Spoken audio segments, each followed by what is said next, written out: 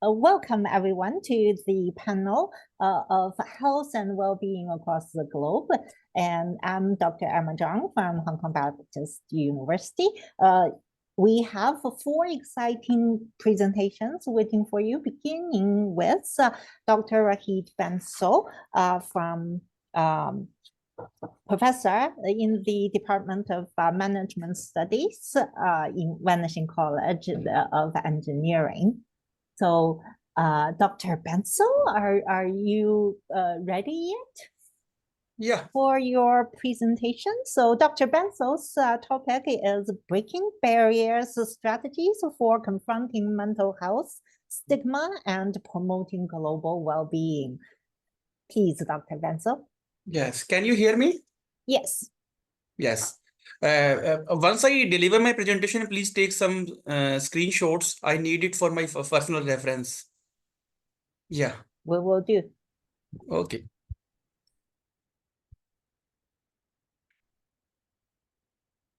Can I share my screen, please?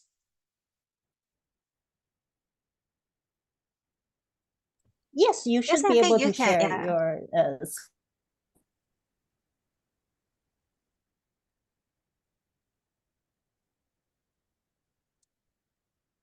Is it visible? Is there.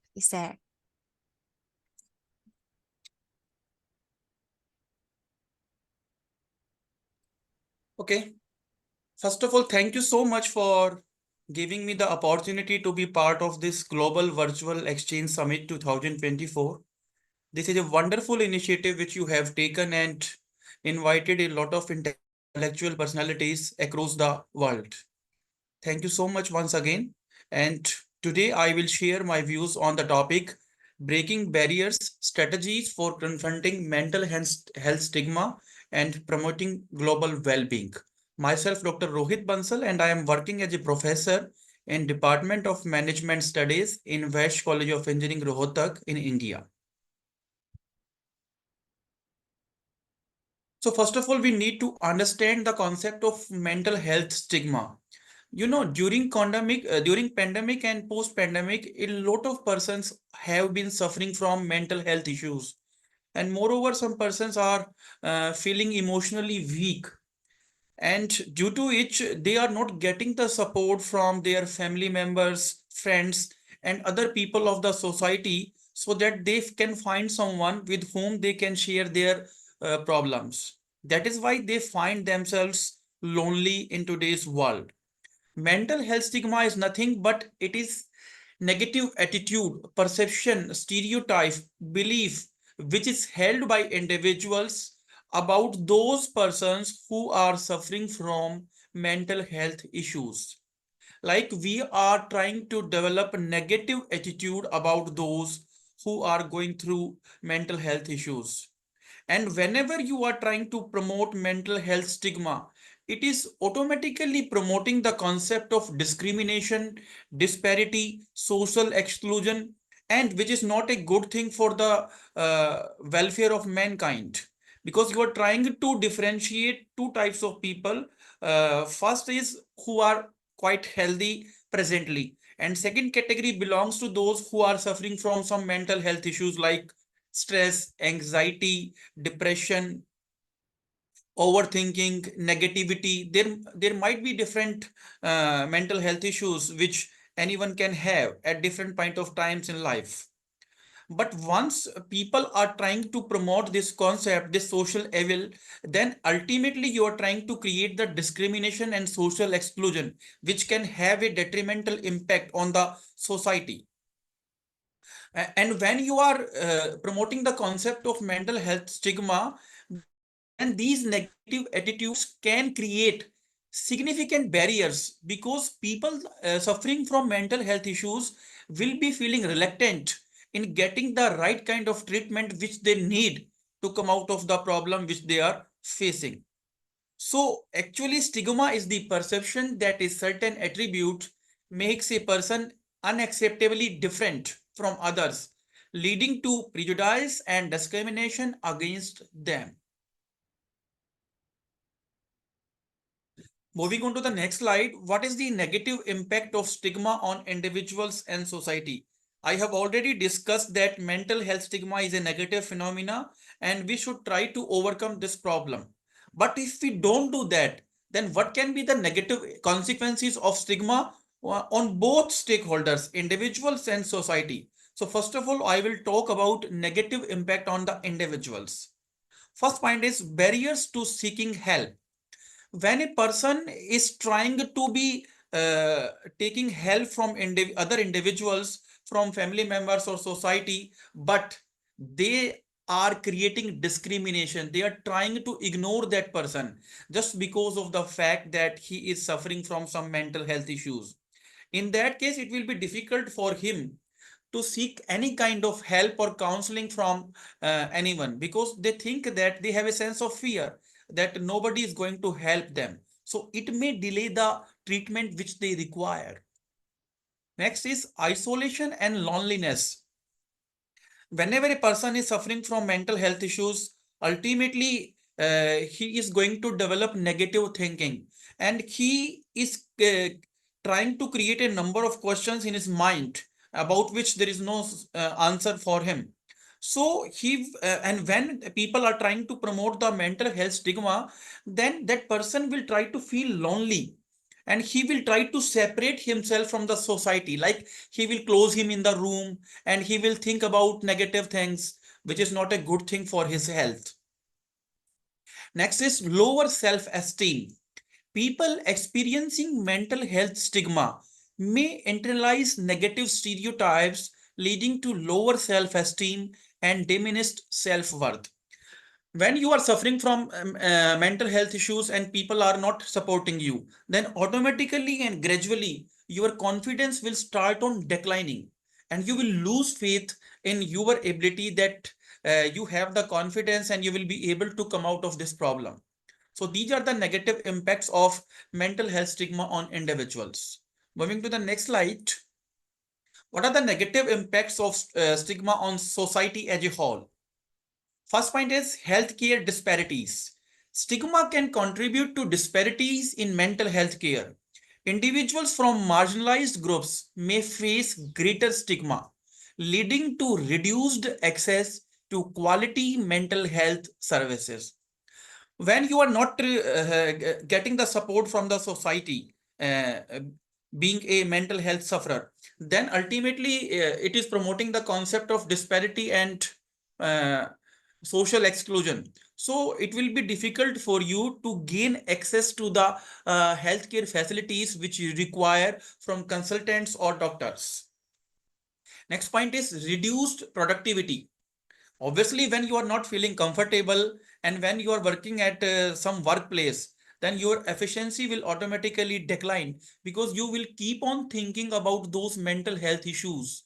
And ultimately, if your colleagues are not supporting you in coming out of the problem, then your problem will be increasing to a great extent.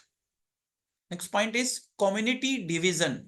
Stigma can create divisions within the communities, as individuals may be hesitant to support or interact with those who have mental health conditions. This can undermine the cohesion and social support systems within communities. Mental health stigma problem may create community division within the society. I have already elaborated this point that people will try to differentiate healthy people with unhealthy people, and they will try to ignore the unhealthy people, which is not a good sign. We need to cooperate with them, counsel them, guide them, and try to find out the solution for their problem. Mental health problems do not define who you are. They are something you experience. You walk in the rain and you feel the rain, but you are not the rain. What are the consequences of mental health stigma? First point is delayed or avoided treatment. When people are trying to promote the problem of mental health stigma, then the persons who are suffering from mental health issues will not be able to get the right kind of treatment which they need to come out of that problem. And it will increase their problem more and more. Next is reduced quality of care. Individuals who seek treatment may receive Unoptimal care, if healthcare providers hold stigmatizing attitudes, this can lead to misdiagnosis, inadequate treatment, or lack of empathy from healthcare professionals. Here, the role of healthcare professionals comes into play. And if they are not paying proper attention to the problems raised by the people, then it means you are trying to create the partiality. And it is not a good ethical thing on your behalf being a good healthcare professional. And it will reduce the quality of care which they deserve. Next is social isolation. When you are suffering from any mental health issues and people are trying to stigmatize you, then you will not able to find out the solution, and you will find yourself isolated from the society, from the community, which will create the feeling of loneliness and despair, which is not a good sign, and it will increase your problem as a whole. Next is negative self-image. Obviously, when you are not feeling comfortable and you are going through negative phase in your life, you are suffering from health problems, then ultimately if you are not able to find out the solution, then it will create a negative image about yourself in your mind. You will start losing your confidence, and it is going to worsen your problem day by day.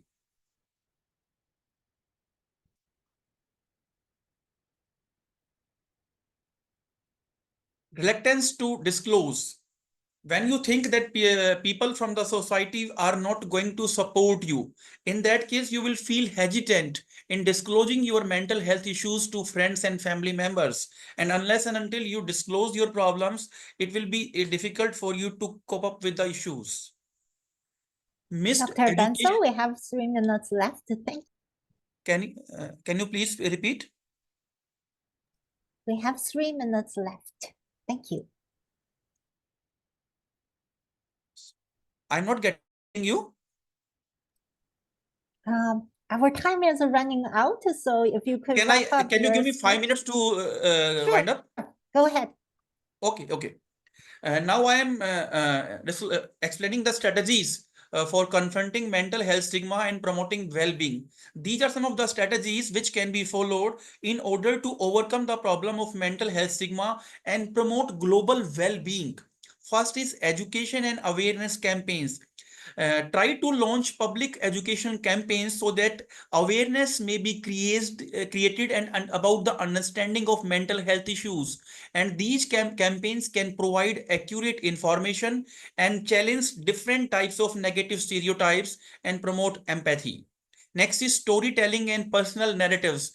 Try to encourage individuals who are suffering from mental health conditions and they have experienced the mental health stigma. When they will explain their problems, their personal story, then it will create awareness among other people of the society that we should stay away from the problem of mental health stigma and support those individuals who are suffering from mental health issues. Media literacy, the role of media comes into play. The media should try to launch awareness campaigns, various talk shows on mental health stigma, so that they may create more and more awareness about mental health issues and stop the stigma. Anti-stigma programs, the government, the NGOs, the media should try to run anti-stigma programs in schools, colleges, workplaces, so that education and training should be provided to the individuals how to cope up with mental health stigma. Normalize conversations. It is necessary to have two-way communication with those who are suffering from mental health issues. They might be your friends, family members, or colleagues. Try to be normal with them. Try to support them, counsel them, and guide them. It will help them and boost their confidence. Supportive environments. Try to create supportive environments in schools, workplaces, and families where individuals can feel safe discussing their mental health concerns without having any fear of discrimination.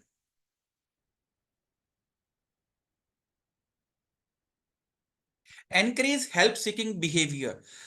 Stigma reduction initiatives should promote the idea that seeking help for mental health challenge is a sign of strength, not weakness. Anybody can have any kind of mental health issues, and these problems are temporary, not the permanent. So you should try to support your family members, friends, and colleagues so that they can come out of these problems.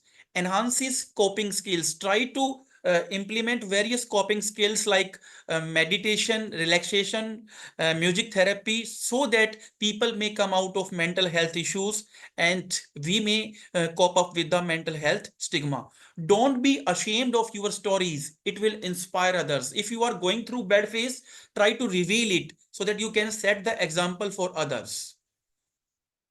To conclude, we can say that addressing mental health stigma is not just a matter of compassion, it is an essential step towards building a more equitable and resilient society. In order to promote global well being, it is necessary to work on mental health problems and not to promote the concept of mental health stigma. Try to support the individuals who are going through negative phase mental health issues and try to launch educational campaigns, awareness campaigns, so that we may have the power to reduce stigma and foster a culture where individuals can feel safe, supported, and empowered to seek help for their mental health challenges. Mental illness is nothing to be ashamed of, but stigma and bias shame us all. So that's all about this topic. I hope you have got a better idea of mental health stigma and the strategies which we can employ to confront this and promote global well-being. So if you have any query, you are most welcome. Thank you very much, Dr. Bansal. We are really appreciative of your knowledgeable sharing about mental stigma and strategies to cope with it. Given that we're pretty short on time, I will ask our audience to withhold your question for now. And if you have any burning questions, please share that in our chat section. We'll get back to them. So Dr. Bansal, please also stay until the end of our section for the questions and the answers, section. So next, I would like to invite Mr. Abdullah Al Mamun from Hong Kong Baptist University to present your paper, Climate Change, Views of Diverse Cultural Geolocated University Graduate Students on Food Access with Temporal Precipitation Pattern on one city. Yeah, thank you. Let me share my screen first.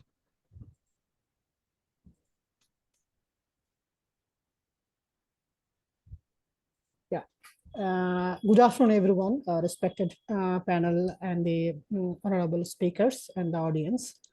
I'm Mamun from Geography Department, Hong Kong Baptist University, a PhD student. This study is actually my two course studies assignment together. So this is actually the climate change views of graduate students who have completed their master's or bachelor's degree, to see the relationship with food access. And we see the temporal precipitation pattern change in one Chinese city. So my study is started with some background information. Then I will speak about the research questions and objectives. And then I will try to tell about the methodology I have used to reach my objectives, and then results and discussion, and last some conclusion remarks. So within the background, as we know, climate change is a super wicked problem, and it actually evolved species extinction all over the world. So because of the climate change and weather parameter, many species are becoming extinct around the world, and many people migrate because of loss of their livelihood and job, and starvation is existing in many developed countries around the world. So as a future leader, the university students, backed by their institutional education, need to do something to overcome these situations. So there are many higher institutions and learning institutions all over the world, despite of their cultural diversity and geographical difference, but all of the institutions basically teaches students how to deal with the existing world's problem and calamity is one of them. Many studies also mention that the climate parameter like temperature, precipitation, seasonal has an impact on human activities and livelihood. And some natural disaster like flood, cyclone, drought has an impact on mental well-being as well as food systems. So the study is influenced by the graduate students, how they understand by themselves and the nature and how they see climate change, food system and food availability connection based on their education and higher degree from locally, national and international. So based on the ground, the research question is how graduate students' perspectives to use their study skills to address climate change effect for environmental sustainability. Another question is how weather parameters, for example, the temporal precipitation pattern of one city, make us understand that climate is changing more quantitatively. So the two objectives is how to see what university students think about climate change and the see climate shocks and the interplay between food systems. And another one is to assess how a growing temporal precipitation pattern influences excessive rainfall, and that is assessed by return maximum precipitation period. So the method I use is a mixed method. So I take 14 students in that qualitative interview. I also analyze 6 weather stations, one city, Guangdong city's temporal precipitation pattern from 1980 to 2019 to see that this area's climate is changing or not. And then for the qualitative analysis, I go for thematic analysis. So I analyze the students' interview and see how my first objectives is based on the analysis. And then I see the climate pattern for the quantitative part to see the return period of the maximum rainfall period with a man-candle trend test. So for the first objective, So the first objectives, the graduate students from Hong Kong, China, and Bangladesh are interviewed to see their climate change views based on the food systems. So I took 6 Hong Kong students who have completed bachelor degree to different university and 1 Chinese student and 7 Bangladesh students from Noakhali Science and Technology and analyze their interviews. So I write the transcripts based on the interview, based on Brown's and Clark's 6 steps. First, to identify the transcripts, and then identify the codes, the beginning talk they're talking with me. Then I try to classify the course based on my objectives, climate change impact on food systems. And then I categorize some themes, which came a lot of time in the interview. And then I separated and created a theme. So finally, I have 4 themes to analyze the interviews of 3 countries, different geolocated diverse students. So one of the theme is partisan views on climate change. So all the respondents, they actually express their thoughts and views that climate is changing. Maybe in country like Bangladesh, who is more climate vulnerable, they say that the climate is changing very fast and natural disasters come here and create a more impact. Whereas Hong Kong and China, their expression of climate change is different. They mentioned the temperature is rising, so they're facing very hot, humid weather, and it can impact the living status. The second theme is climate change and food system. So this theme is quite different. So based on 3 countries, they have given separate views. But by analyzing all of the views, a common theme is climate shocks affect the production level of food. That means agriculture production is really impacted by climate shocks like cyclone or flood, drought, and that can create higher market price for food access. And this climate change really impacted the living standard of agriculture-dependent people all around the world.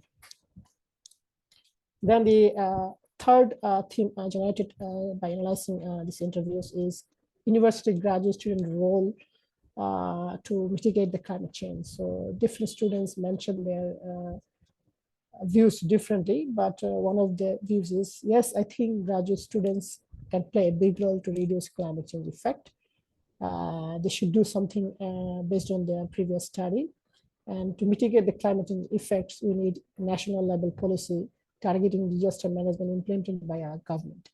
So more or less, all of the respondents agree that they need to do something as a university graduate to mitigate the climate change impact. The last one is student climate change policy knowledge. So many of the students for developing countries, they don't have much idea about policy level that is related to climate change. So they say the carbon neutralizations or carbon zero policy or like weather forecasting, the broad things like that. But one of the students from China, they mentioned that they have a garbage classification for collecting waste products from household and industrial level, which is very popular in most provinces in China. The first province in Shanghai, and then they develop this attitude many other parts of China. So based on this study, you see that the students' ideas are different from different location and perspective, which thinks that this climate change is responsible for human activity. Some things that this is more liable compared to nature, and some other part like China, Hong Kong think this is a natural process. But all of them agree this climate is changing. Despite the mounting evidence the climate is occurring, many other studies also says that it causes environmental degradation. But very few percentage of people feel that they need to do something to overcome this climate change individually or as a locally or as a community level. So these things need to be addressed more. And we have to think that by doing our personal activity, day-to-day activity, and minimizing other environmental degradation activity, we can address it. So student leadership, aspiration, and dedication are needed to climate change mitigation efforts more compared to previous time. So all of these actually affected heavily on agriculture and food security differently. Some climate change may impact food production, some climate change may impact distribution or transport and other things. So actually global climate change is impacting food systems heavily. And as well as catastrophic events actually destroy all the fields of the agriculture, and it has heavy impact on various low income nations. The second part is to see the precipitation pattern of one city, Guangdong province, with their 6 weather stations. So I take 6 weather station data, precipitating data from 1980 to 2019, and to see how this area has any precipitation pattern change over the time. So why this is Mr. important? Mamun, you have 4 minutes left. Okay, I will finish within the time. So the database shows that the Guangdong province has 0.5% coverage of the precipitation that is less than the China's total and the global average. So if the precipitation pattern means the yearly precipitation of more than 2000 millimeter per year, then it is higher than the risk will be higher of fluvial flood. And also this Guangdong province data says that the precipitation pattern is over 1000 millimeter and over 2000 millimeter will be impacted within 2 years. And the surface water level is positively related to the precipitation pattern. That means the flood risk is very high. We can see the line, the straight line is increasing with the increasing precipitation. So based on the discussion, we see that this Guangdong province need to take a 5-year return period preparation to overcome the flood risk for urban area. And finding also demonstrate that the water storage capacity should be improved to better management the climate change impact, say for example, the flood. So in conclusion, our study finds that the university students are aware about the climate change, but they have less focus what to do to mitigate the climate change and food system degradation impact. In general, we recommend more focus on comprehensive knowledge and involvement of activity by university graduates and all over the local and global issues. And the precipitation pattern is a more important thing to study to overcome the flood and other climate extremes like drought and excessive rainfall. So this situation should be studied more extensively based on many areas. So this is the references I have used for my study. And thank you everyone for listening. And if you have any questions, please write it in the chat box, or I can answer it later. Thank you, everyone. Thank you very much, Mr. Mamun, for such a interesting study backed by qualitative and quantitative data, and it has such practical implications as well. So yes, we will hold our questions until the end, and please also do stay with us until the questions and answers section. Next, I would like to invite Ms. Mary Sun, and Dr. Cecilia Tam is here as well, and also Yang Ziying from City University. And your presentation title is Prioritizing Happiness in Learning for Children's Well-Being. So thank you so much for inviting us. And actually, Yan will present us to present this presentation. Okay, yeah, I'm sharing my screen.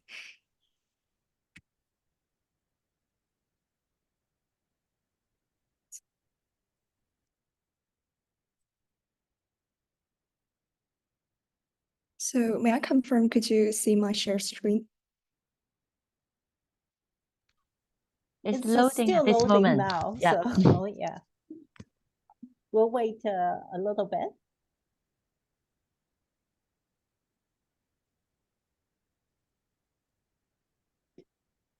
Okay, I think it's working now.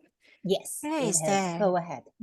Okay, good afternoon, everyone. I'm glad to be here sharing the achievements of our Happy Skill campaign in Hong Kong. And I'm Ziying Yang, a research assistant in this project, which is led by Dr. Cecilia Tam from the City University of Hong Kong, and also Ms. Mary Sun, the founder and executive chairman of the Chief Happiness Officer Association. And also we are also assisted by Ms. Tiffany Time. I'm glad to have Mary here today and Ms. Dr. Cecilia Tam today to help address the questions raised in the Q&A sections later.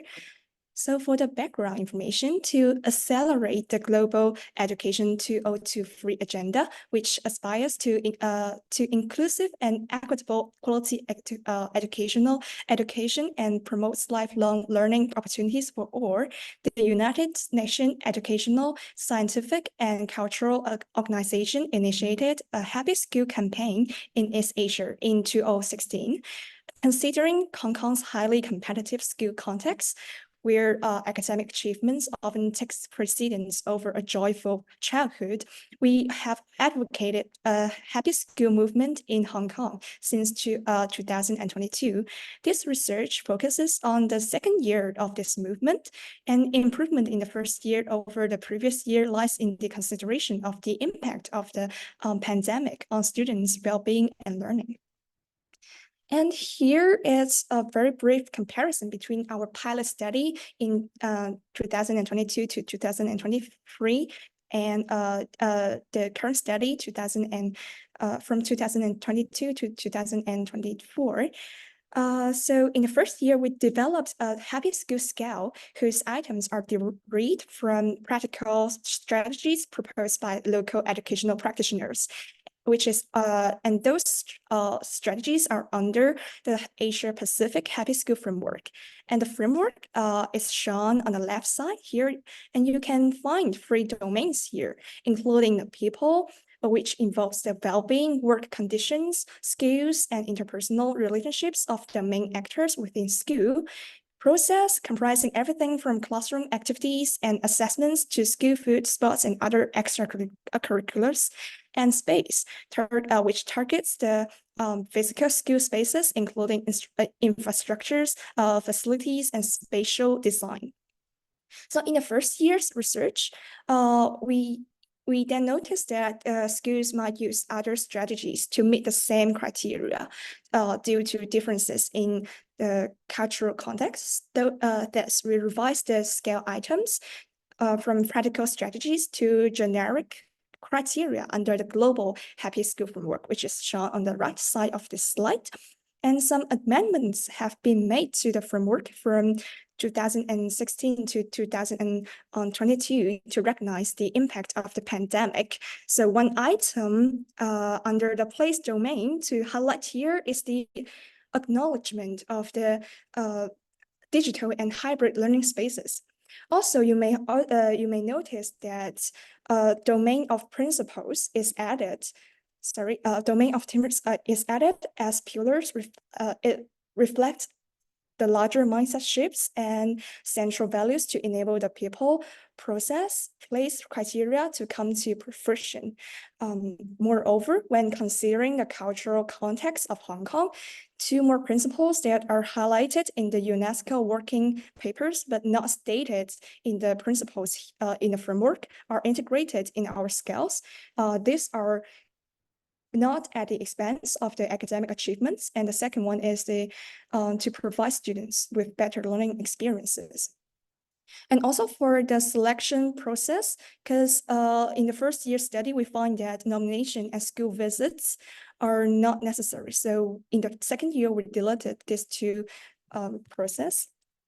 So this is the theoretical framework for our study. As I mentioned before, we integrated the global happy skill framework and the local skill situation, and we developed this happy skill scale for the second year. This is our method for the study. So we will first invite all schools that are interested in this campaign, and other schools will be invited to fill in a survey, whose scales I've mentioned before is the happy school scale, and each schools will invite one principals, two teachers, and 3 parents from different grades to fill in the scale. And next, the schools will be invited to submit a supplementary information to us, to the panel to evaluate. So the information includes some real cases, remarks, or videos of the activities they held in the past academic year. Then they will be commended as happy school. So we are glad to have 7 kindergarten, 15 primary schools, 9 secondary schools, and totally 31 schools to participate in this campaign for the last academic year. And for our panel, I will briefly introduce them here. It consists of 8 educational experts. They are Mr. Eddie and Dr. Cecilia Tam, Dr. Emilia Lee, Professor Randy Chu, Professor Joseph Wu, Professor Karen Chan, and Dr. Jimmy Wong and Ms. Mary Soon. Each of them conducted in individual evaluation of the supplementary information I just mentioned before, based on the criteria, which I will introduce to you in the next slide. And then they will go through a panel discussion to justify the scorings they've given and also adjust some inconsistencies of the scoring to enhance reliability and validity. So here are the judging criteria. The first one is the object setting. It evaluates whether the school demonstrates clear objects and expected goals in line with the happy school framework. And the second one is implementation process. It describes the implementation process and whether it aligns with the expected goals. The third one is innovation and uniqueness. It evaluates whether the school's documentation showcase innovation and uniqueness, achieving the stated goals. And the final one is the achievement and outcomes. It evaluates whether the school did have the achievements, outcomes, and evaluation methods. Then, after reviewing all the quantitative and qualitative data, we've come up with these results and the discussions. The first insight we've seen is the amount of resource allocation does not determine whether a school can become a happy school. So we found that some schools with fewer resources, which is reflected in their teacher to student ratio or supporting staff to teacher ratio are very low, but they can still become happy schools. But and the second insight is the scores of the happy school criteria decline from kindergarten to primary school and further to secondary school. So, and to more detailed, there was less difference between the kindergarten and primary, the larger difference between the primary and secondary. However, we also found that the supplementary documents provided by the secondary school was very rich in content. So it may implicate that it is not a problem with the school itself that makes happiness lower in secondary school. It may be because of the overall social environment and atmosphere. And the third insight is parents perceive the scores of the criteria more positively compared to teachers and principals, and this gives the skills practitioners much more confidence in their works and contributions. And the final is and the fourth one is the among the 4 domains of the happy skill scales, principles scores the highest, and among the 3 categories, the people, process, place, items in the people category receives higher scales followed by process and place. So it means that teachers' contribution is highly acknowledged. And as we all know, due to the limited physical spaces in Hong Kong, this place criteria is quite acceptable to receive this low score, but it also implicates a very large development potential in this criteria that since the digital learning space is included in the new global happy school framework. So for Hong Kong, this is another area for larger investment and have the larger development potential. And here is the results of our panel evaluation. So firstly, there are some shining points of this supplementary information the schools submitted to us. The first one is some schools showcase some creative teaching and learning processes that do not solely rely on extensive resources, but create a joyful learning environment. This is quite encouraging for those schools without very resourceful environments. And also, these schools have some weaknesses in documentation. So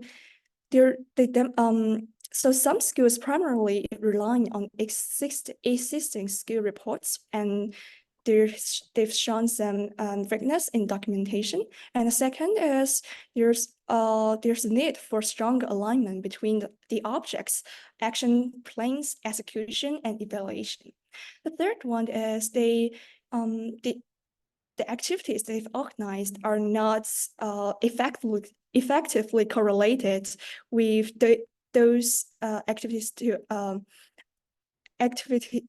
with those criteria under happy skill scales. And the fourth one is there is a lack of emphasis on uniqueness and innovation.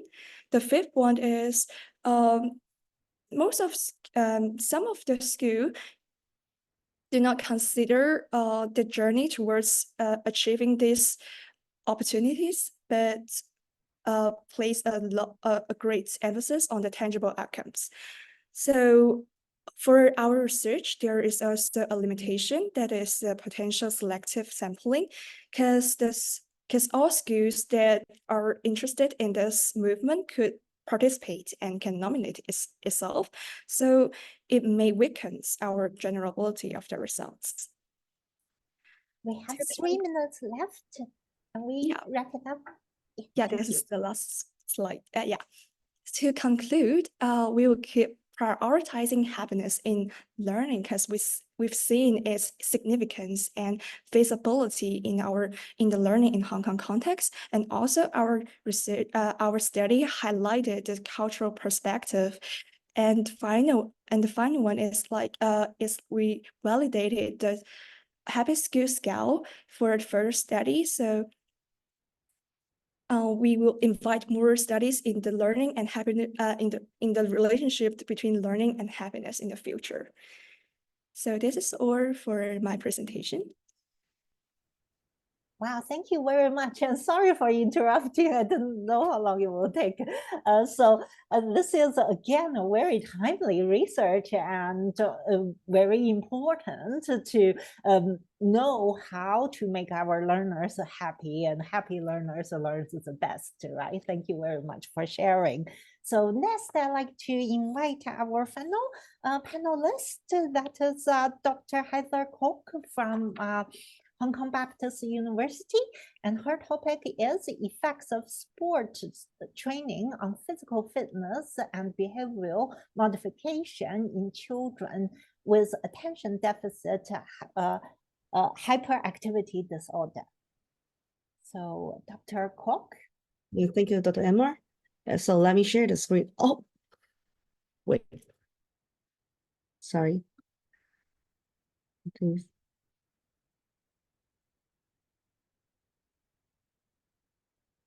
Just cross out the PowerPoint. No worries. Yeah, I will speed up, don't worry. I will speed up. Yes, let me try to share the screen again.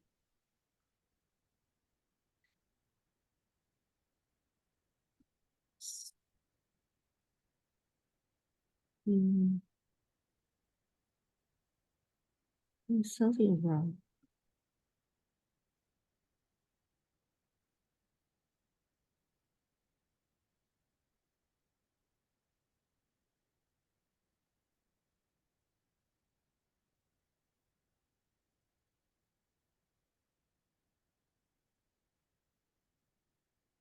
Yes.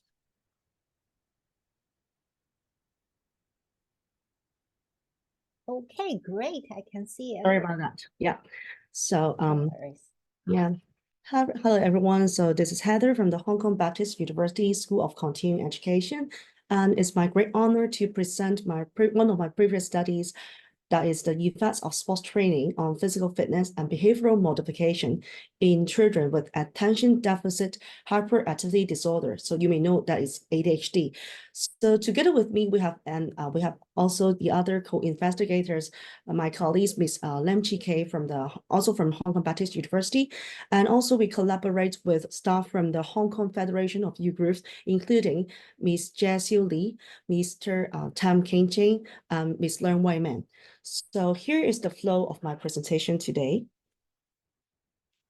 So I'll briefly introduce the background of the study and talk about the methodology, results, and leading to the last part discussion and conclusions.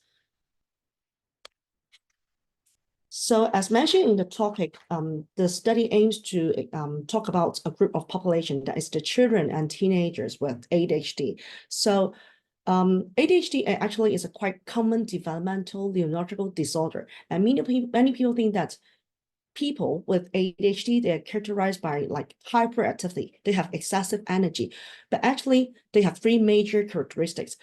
Hyperactivity is just one of them, while attention deficit, that is having difficulties to stay focused, in other characteristics of people with ADHD. And the last one is impulsivity. That is, they have difficulty to control. Sometimes they just do the actions without forward planning. They just do very quick motions without controlling.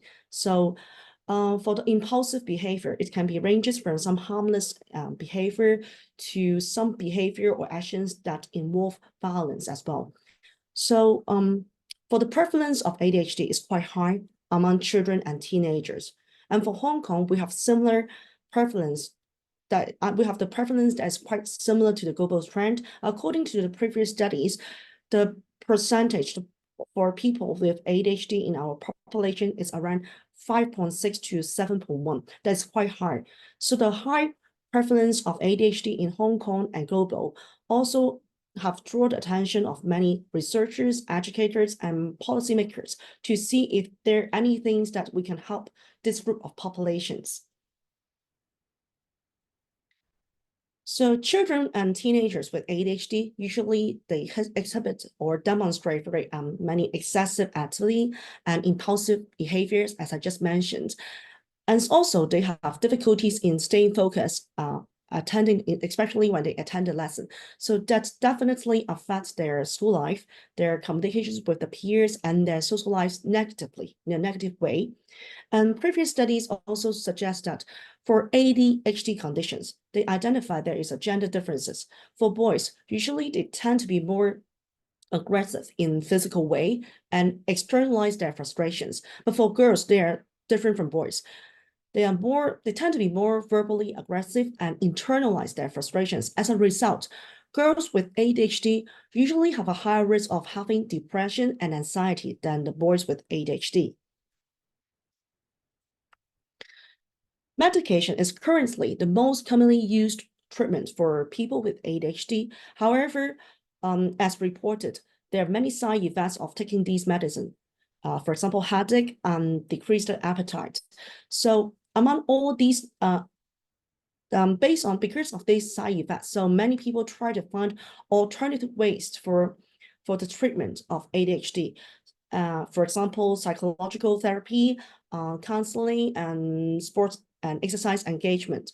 Among all these non-pharmacological treatments, physical activity engagement was found to be one of the most effective one in reducing the symptoms of ADHD as compared with other interventions. So based on the previous studies, for this study, we aim to explore the effectiveness of sport training program on physical fitness and behavioral modifications in children with ADHD. And as I just mentioned, this is a collaboration between the Hong Kong Baptist University and the Hong Kong Federation of Youth Groups. In fact, we got funding from one of the famous banks in Hong Kong, the Industrial and Commercial Bank of China Asia. So with their support, we can make it possible to have this study. So let's talk about the methodology. So as I just mentioned, this is a study conducted in Hong Kong, local. So originally we have 45 students from local primary school engaging in this study. And after the data cleaning, because some of them didn't attend the post-test. So after the data cleaning, the final number is 26 valid data for the data analysis. All of them have to be diagnosed with ADHD according to the DSM-5-TR. And among these 26 participants, the average age is 8.52 with SD 1.77. In fact, when we conduct our recruitment, the age range should be ranged from 6 to 12. So there are some exclusion criteria as well. So if they have other complex neurological disorder, they will be excluded in the studies. And also if they have sub-average general intellectual functioning, that is, for example, intellectual quotient below 70, then they will be excluded in this study as well. So what they need to do in this study is a sport intervention that lasts for 8 weeks. So the sport training including soccer, basketball, rugby, and cross country. And for that 8 week, they will have 90 minutes, 1.5 hour training per session and once per week. So this is a cross-sectional study, and we have conducted the pre-test and the post-test in order to assess the effectiveness of the training program. So they conduct the pre-test 1 week before the executions of the interventions and the post-test 1 week after the executions. 1 week after the completion of the intervention. So what they need to do in their assessment, I have divided them into 2 parts. The first part is physical fitness. So I have selected 4 important physical fitness components that important determinants for sports performance, including the muscular strength of the lower body, agility, speed, and flexibility. And you can see from the picture on the left side. So for the agility test, I selected agility T-test because it involves front and back and lateral motions. So for agility, that means the sudden change of direction, the capability for a sudden change of direction. And then for flexibility, I think most of us are quite familiar with this, the sit and reach test that is testing the range of motion of the joint, right? For physical fitness, I assess these 4 items. And for the behavioral modifications, I use the Chinese version of SNAP number 4. So there are 3 items being assessed by this questionnaire. Inattention, hyperactivity, and oppositional behavior. So for this questionnaire, is filled in by the parents of those participants. So the statistical analysis was conducted by the peer sample t-test with significance level set at 0.05. So here's the result for the fitness part, the physical fitness part. So we can see that for all 4 assessment items, including the strength of the lower limb, the agility, the speed, and the flexibility, we have obtained a statistically significant difference result in the assessment, which means that after the 8 weeks of the training, very obvious results have been obtained in this study. And for the behavioral modifications, a slightly different result obtained. Statistically significant result only obtained in the oppositional behavior, while for inattention, you see my highlight in blue, we have a slight improvement, but the p-value is just 0.211, okay? That means, yes, we can see some improvement in this aspect, but not that obvious. For hyperactivity, no change. So here is the discussions of our result obtained in this study. Firstly, many people hold misconceptions about people with ADHD. Usually they think that, oh, the children, the teenagers with ADHD, they have excessive energy, non-stop moving, right? So they must be very talented in sports. And sometimes people think, well, they have excessive energy. That means they can continuously train in sports engagement. So that's why they must have very good achievement in sports. But in fact, this is not the situation. This is not the case. Based on some previous studies, it's mentioned that children with ADHD usually demonstrate poorer motor skills than their non-ADHD counterparts. So that means they have poorer performance, like in their coordinations, poorer performance in balancing, which is very important in sports performance as well.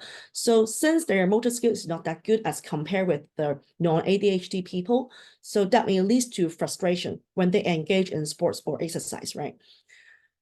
However, based on the result obtained in these studies, we found that with proper sport training, children with ADHD can also obtain very obvious improvement in physical fitness. Yes, motor skills is one thing that determines the sports performance, but physical fitness, no matter it's health-related physical fitness or sports-related physical fitness, are also very important determinants for outstanding sports performance. So in that case, with proper training, the students or the children with ADHD can have improvement in physical fitness. With better physical fitness, then they will have better performance in sports. Then with this, they will have a better experience in sports engagement and higher motivation in continuing their sports engagement. Other than physical development, let's talk about behavioral modifications. Although no statistically significant difference in attentions was reviewed in this study, we have identified a slight improvement among all participants. So this is quite consistent with the previous studies or in the other countries. Well, based on the previous study, it said that exercise engagement can definitely improve the attention, focus, concentration of children or teenagers with ADHD, because when we engage in exercise, it can induce the synthesis of the neurotransmitter, and it also helps to secrete brain-derived neurotrophic factors, increase the blood flow to our brain. So all these help to enhance the information processing capacity of our brain that facilitates the children, teenagers with ADHD improve in their focusing, in their concentration and attention. And with better concentration, better attention, they can learn better. That helps to improve their academic performance and performance in other learning aspects as well. So yes, in this study, we also found that sports training can improve oppositional behaviors of participants, which echoes the findings in previous studies. Well, In fact, not much explanation about physiological aspects can be have revealed in previous studies, but there's one thing for sports engagement. Usually the kids, when they join the sports, they need to learn how to follow the instructions given by the coaches. And also, they need to learn how to cooperate with the others to complete the task. For example, if they want to shoot the ball, they have to do different dribblings, and then they need to cooperate with their teammates. So that's why you see in our interventions, we have team sports as well. Soccer, basketball, rugby. These all involve the skills, good listening skill, listening to the instructions and complete the task together with the peers. So all these helps to facilitate the reductions of oppositional behaviors. So for Sorry, the we have conclusion, 3 minutes left. Okay, Yeah. I can see your yeah, right. So for the conclusions, children with ADHD obviously obtain benefits in physical fitness aspect from participating in the 8-week sport training program. For behavioral development, only significant results have been obtained in inattentions. So we suggest that to maximize the positive impacts of sport training in children with ADHD, especially for behavioral modifications, a longer training duration is suggested. 8 weeks may not be sufficient. Maybe increase to 12 weeks, that will be much better, and the result will be more obvious. So here's the reference. So thanks so much for your attention, and this is the end of my presentation. Thank you. Thank you very much, Dr. Kwok, for such an interesting presentation, and it's very encouraging to find such positive results from sports training. So now I would like to open up the floor for our audience. If you have any questions, please, you can either raise your virtual hand or raise your physical hand if your camera is on, to indicate that you'd like to ask a question. If it's not convenient for you to turn on your camera, you may drop your question in the chat box, then I will be happy to read it out for you. Also, our panelists, see if you have questions for each other, feel free to address each other. Just to get us started, maybe I begin with a question for Dr. Bansal. Is Dr. Bansal still there? Yes, I can see you. Thank you for your presentation about stigma, about mental health. And I couldn't agree more. Telling the stories and sharing could really help people to understand the phenomena, especially like you're saying, you walk in the rain, feel the rain, but you're not the rain. Moreover, I have done a podcast on mental health stigma. So I am going to share that link in the chat box so that all the participants can be more aware about mental health stigma and how to overcome this problem. That's So I'm just wonderful. Yeah, thank you. Please do drop the link in the chat box. So my question is, for those of us who are not medically trained for a psychological counseling or anything, right? So one of your advice is to encourage people with mental health problem to share with friends, family, and colleagues. But could this possibly, in some situations, make things worse? Say if the friend or colleague or family member aren't equipped with the knowledge and understanding about giving support. So I'm just yeah, I have wondering posted it the in chat strategy. box. Yeah, I can see the link. Thank you. Okay. And I need few snapshots of my session so that I can submit in my college for. Yes, I think my colleague Maggie had taken some photos while you were presenting, so she will be sending those photos to you. Okay. So right, yeah, I was asking whether there's any risks in people suffering mental health issues to share with people who are non-professionals. There are a lot of risks because I have already discussed there are a lot of consequences if these issues are not addressed. So it is necessary to address these issues, and for that purpose, people from the society need not promote the social level of mental health stigma so that risk may be minimized and they can get the feeling that someone is taking care of their health issues. It will help them in resolving their problem more comfortably. Otherwise, they will start feeling lonely, and people will start taking advantage of them, that he or she is suffering from mental health issues. Why should I get involved with him? So it is creating a problem of disparity. These are the risks involved when you are promoting the problem of mental health stigma. Right. So your message is for the patients to reach out to people around them and Yes. not worry about possible negative consequences that comes from that vulnerability.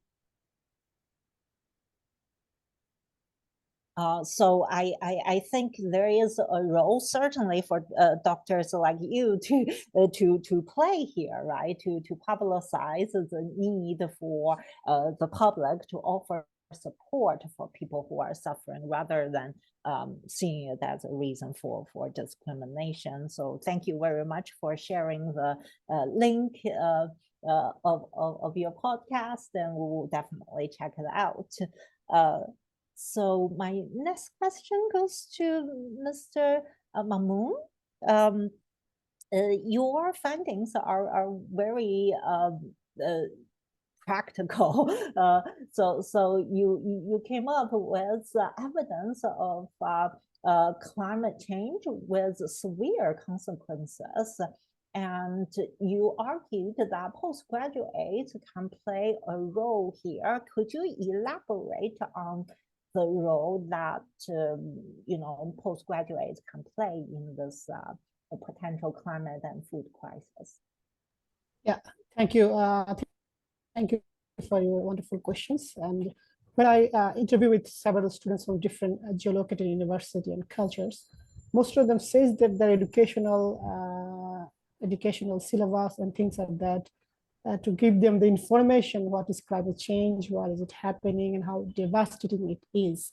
But what they can play as a postgraduate student into their work life, what they can do, the thing that they can do that individually to mitigate the climate change, like using less energy, like using less transport, but the lack of aware that what they can do in a community level as a lot of people together they can do to mitigate the climate change. They have less idea about that.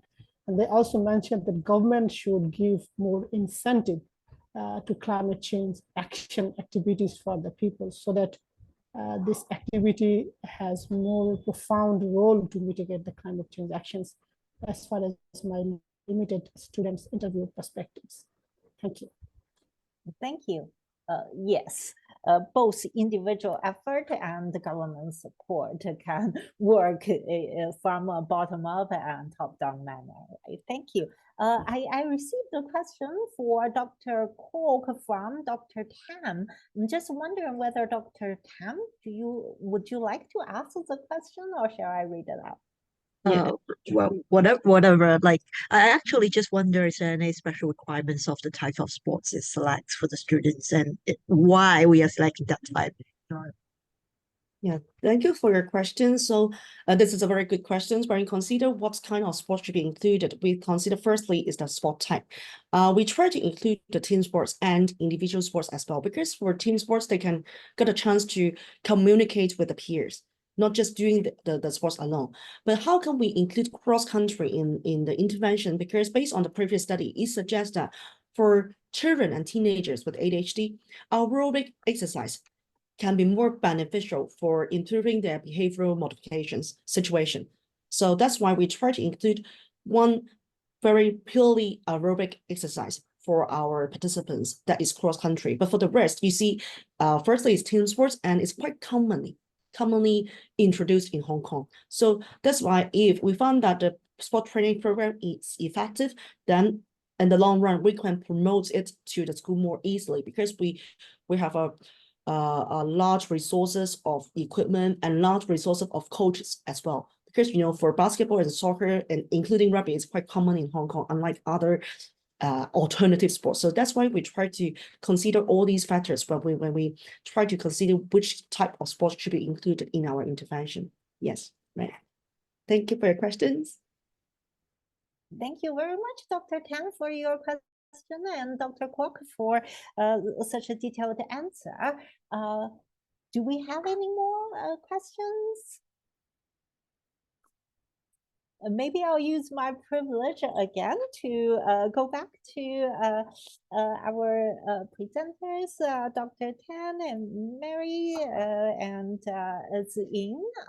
So your study is about happiness in schools, right? And it's about this intervention. And I really like that cultural aspect of your finding.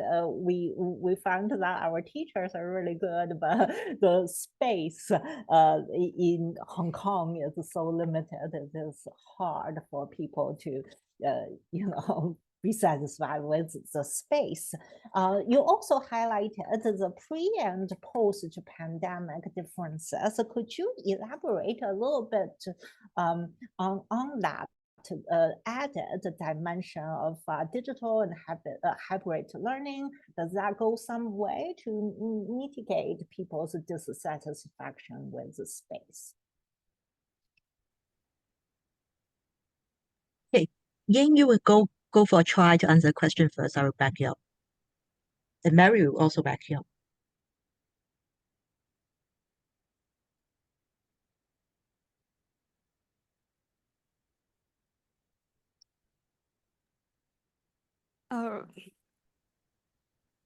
Yeah, for the impact of the COVID-19 pandemic, and it really highlights the utility of the online and hybrid learning spaces you're using in the primary and secondary school environments. And for the Hong Kong context, we all know that it's very limited spaces and environment here. So we've seen that although it's the lowest scores among all those three domains, we also see it's this domain that has the largest development potential for further infrastructure development. So yeah, and I think it is a very promising direction for the education industry to explore in the future, because it's like a very uncertain criteria this era. So we don't know whether there's next pandemic in the few years. So I think this digital hybrid mode, which which facilitates the flexibility of the teaching and learning, also promotes the equitability of teaching and learning, would be a very promising investment for Hong Kong. Yeah. Yeah, I would just add a bit on that. Good answer, right? Okay, now I would just add a bit on that. Now, we are not only talking about mixed modes of teaching and learning, but something like a more flexible way of teaching and learning.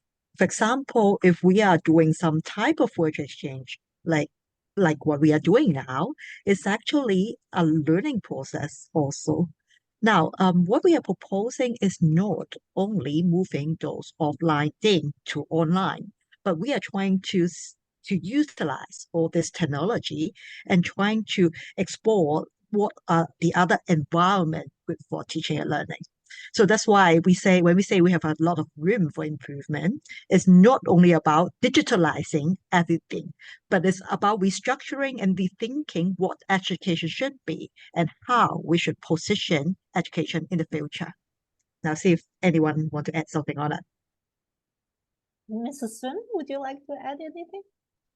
Well, thank you. Actually, I totally agree of that. Not only on the school, I think for the community, Hong Kong is speed up a lot. Yesterday, I was in Hong Kong Productivity Council talk about AI transformation, because for us, nowadays, everyone is so. I think it's so important for us to advocating how we use the AI into our the education system to promote our learning and even faster and more productivity as well. So I think that is really important for us.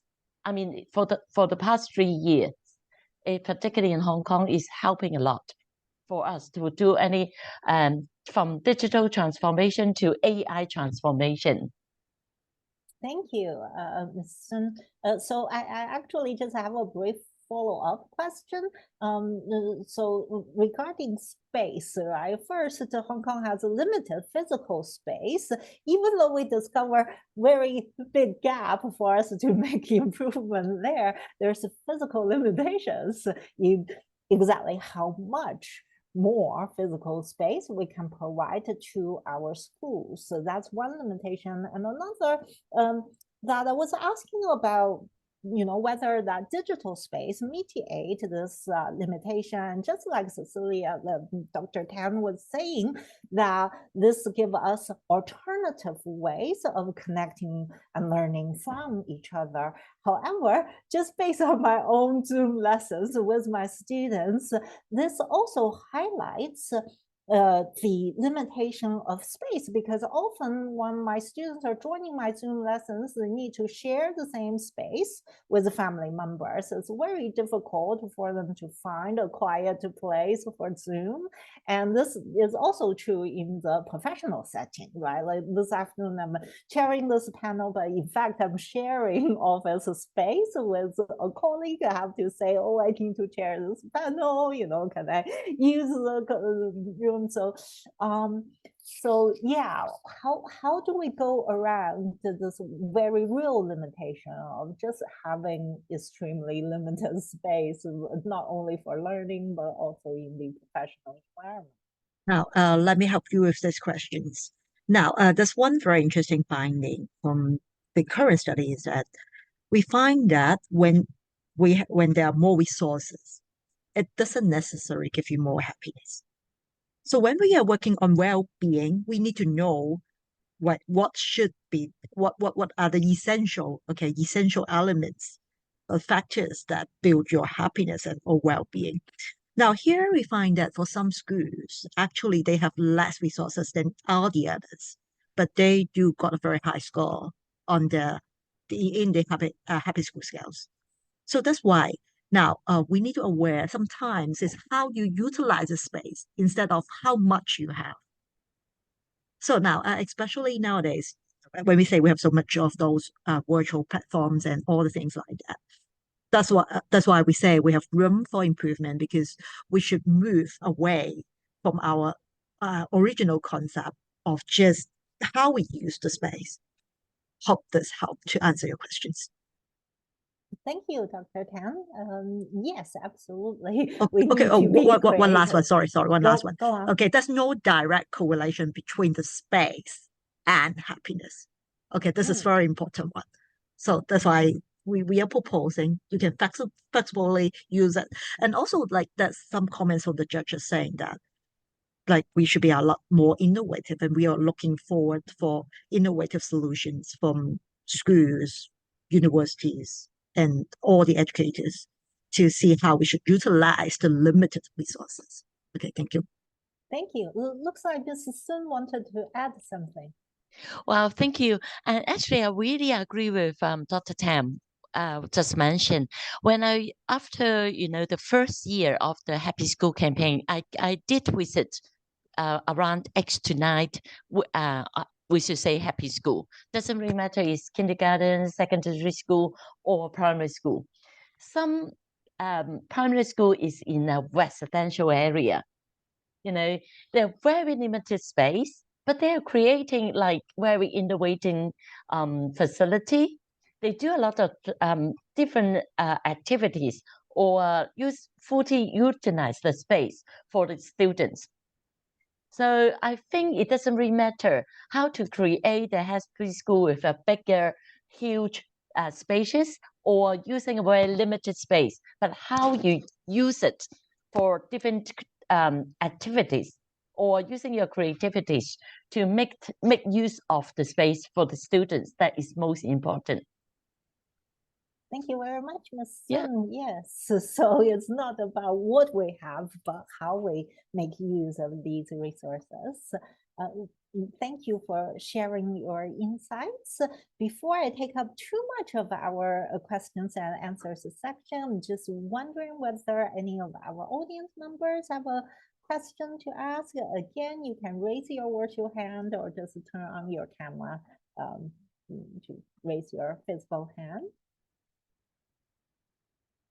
Also, if our panelists have questions for our fellow panelists, so we still have a few minutes left, right, Maggie? We started 5 minutes late in this section, so maybe we can continue until 4:55 Hong Kong time. Is that okay, Maggie? Yeah, sure. Okay, wonderful. So we have 4 minutes left. Would anybody like to raise a question?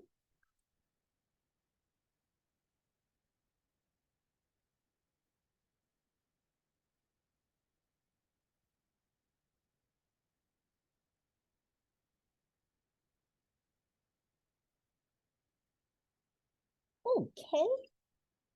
If not, then allow me to thank all of our panel members, Dr. Rohit Bansal from India, Mr. Muhammad Abdullah Al Mamun from Bangladesh, and Dr. Cecilia Tam, Ms. Mary Sun, Ms. Ziying Yang from City University, Hong Kong, and Dr. Heather Kwok from Hong Kong Baptist University. Thank you very much for your very important and timely research and for sharing your insights with us this afternoon. We learned a lot from you.